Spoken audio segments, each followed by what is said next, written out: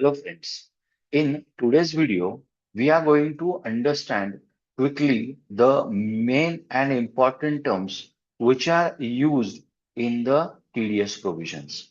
Let us have a look over it and a simplify understanding why these terms are important and how to interpret them. So I will just share the file and discuss these terms quickly.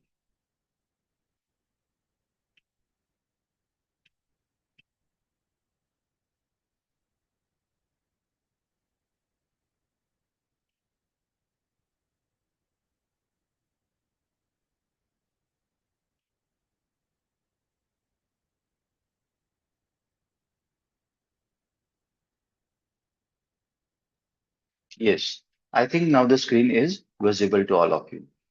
The important term, first term is business. You have to understand the business concept, the definition as per section 2 subsection 13 of the Act. Books of accounts. This is the very important term because the TDS provisions are stating about credited or paid, whichever is earlier. This is the base rule which has been mentioned. And credited का मतलब होता है books में credit हुआ है. तो books of accounts as per section 212A should be clear with all of us. Then is the method of accounting. Section 145 of the Income Tax Act states about the method of accounting. Whatever is the regular method of accounting you are following, it may be cash basis or it may be mercantile basis. The same is to be considered for calculating the income, and the same is to be considered for maintaining the books of accounts, which will be giving the trigger to the TDS provisions. Then purchase and expenses, how these are recognized in the books of accounts. That means as per the accounting standard or as per the Indian gaps, when is the timing of recording or recognizing this liability of the purchases or expenses. Then comes the most important definition of section 2 subsection 24, which is of income. Income के definition की clarity होना बहुत जरूरी है. How you are going to identify the income, because when you are applying the provision of TDS, you should know what is the income portion in that particular TDS provision which is mentioned, because very few provisions are stating about the TDS on consideration, but most of the provisions of TDS are saying that the tax is to be deducted on the income portion therein. The next,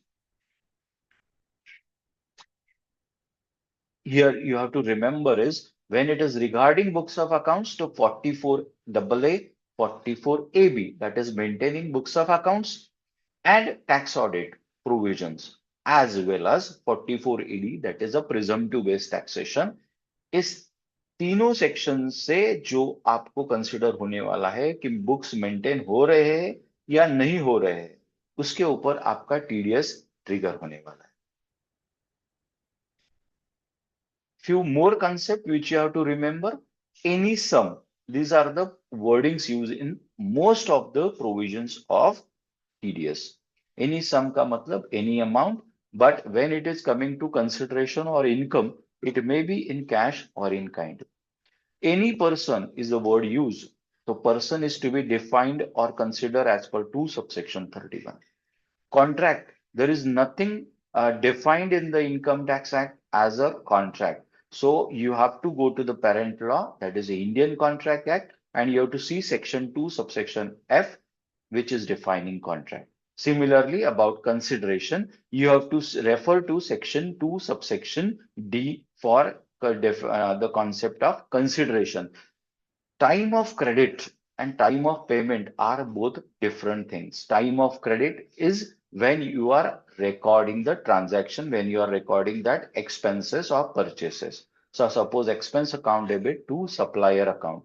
ये timing कौन सा है, क्योंकि इसके ऊपर depend है credited or paid, whichever is earlier. So it may happen that party account debit to bank account is the entry first pass and the advance given to the party, and thereafter the bill has been accounted. So in that case advance के ऊपर भी आपको TDS deduct करना पड़ सकता है. So these are the main and important terms which we have to understand when we are applying the TDS provision. Before studying TDS provisions on the transaction, we have to understand this. Thank you very much for this video. Stay tuned for continuous updation on the knowledge of income tax and accounting. Thank you very much.